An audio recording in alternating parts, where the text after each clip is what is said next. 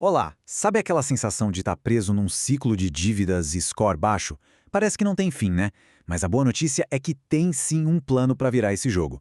E é sobre isso que a gente vai conversar hoje. Um guia bem prático para melhorar o score de crédito, mesmo quando a situação financeira não tá fácil. Pois é, a situação é bem essa. As dívidas vão se acumulando, o score de crédito lá embaixo não ajuda em nada, e aí vem aquela sensação de que não tem para onde correr. É uma barra super estressante e que abala a confiança de qualquer um. Mas olha, a primeira coisa a se entender é esta. A melhora é totalmente possível, pode acreditar. O score não é uma tatuagem, não é uma marca permanente. Ele é, na verdade, um retrato do momento, um reflexo das nossas ações financeiras mais recentes. E sabe o que isso quer dizer? Que novas atitudes podem, e com certeza vão, mudar essa foto.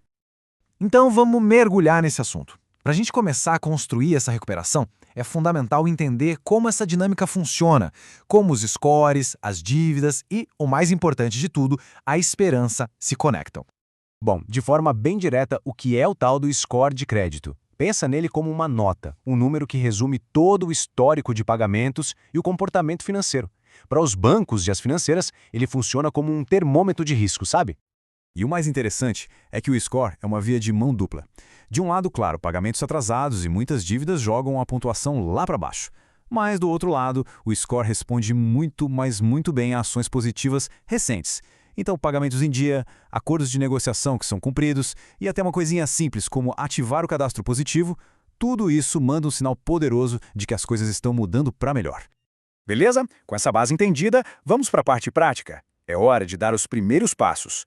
Pensa nisso como preparar o terreno antes de plantar. São as ações essenciais para começar o plano de recuperação com o pé direito.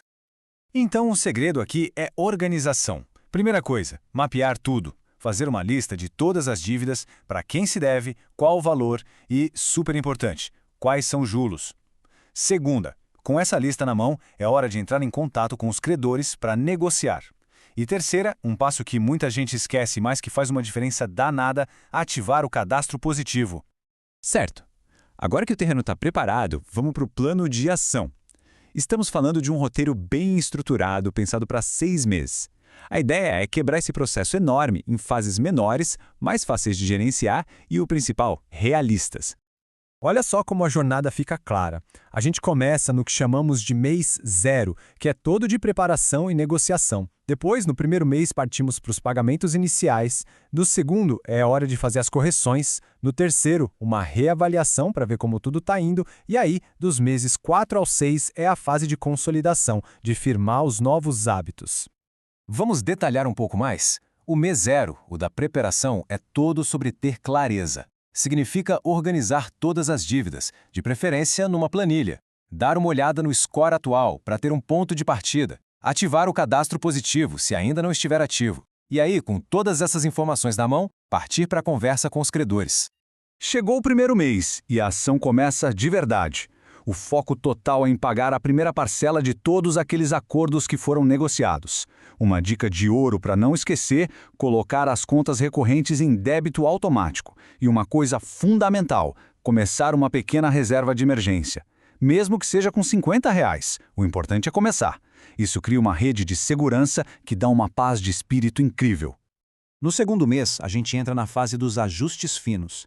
É o momento de pegar uma lupa e olhar os relatórios de crédito. Achou algum erro? Tem que contestar na hora. Também é super importante confirmar se os pagamentos que já foram feitos estão aparecendo direitinho lá no cadastro positivo. E se houver algum crédito disponível, a palavra de ordem é responsabilidade. Chegamos no terceiro mês, a metade do caminho. É hora de uma pausa estratégica para reavaliar, olhar de novo para o orçamento, ver onde dá para cortar algum gasto que não seja essencial e reforçar a disciplina nos pagamentos, principalmente agora que o score provavelmente já começou a dar os primeiros sinais de melhora. Isso anima, né? Aliás, um cartão pré-pago pode ser um baita aliado nessa hora para manter o controle. E aí a gente entra na reta final, dos meses 4 a 6. Aqui o nome do jogo é consolidação, ou seja, transformar o esforço em hábito. A ideia é continuar pagando absolutamente tudo em dia, acompanhar a evolução do score todo mês e, olha que legal, conforme a pontuação for subindo, usar essa nova força para negociar condições ainda melhores. Olha, ter um plano é fantástico, mas o que garante o sucesso de verdade no longo prazo? são os hábitos. Então agora a gente vai falar um pouco sobre a mentalidade e as práticas que vão sustentar essa saúde financeira para sempre. E é bom ficar de olho porque existem algumas armadilhas bem perigosas no caminho. Primeira, nunca, jamais, pague por promessas de limpar o nome ou aumentar o score. Isso geralmente é golpe. Segunda, muito cuidado com aqueles parcelamentos infinitos com juros nas alturas. E terceira, não saia pedindo um monte de crédito ao mesmo tempo. Isso pode derrubar a pontuação.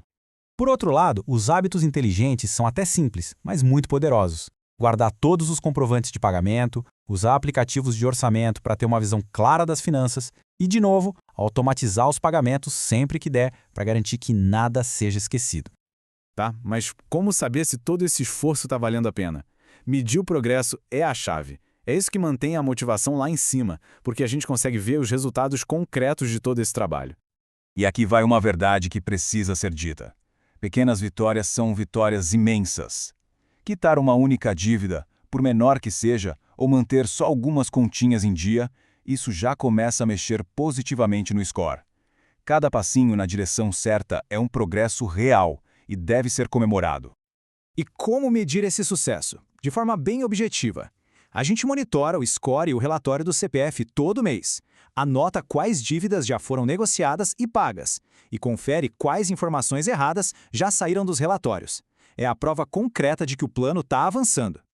E o mais legal é que os resultados podem aparecer mais rápido do que a gente imagina. Pensa só, com apenas 3 meses de pagamentos consistentes e de correções no cadastro, já é possível ver um aumento bem legal na pontuação.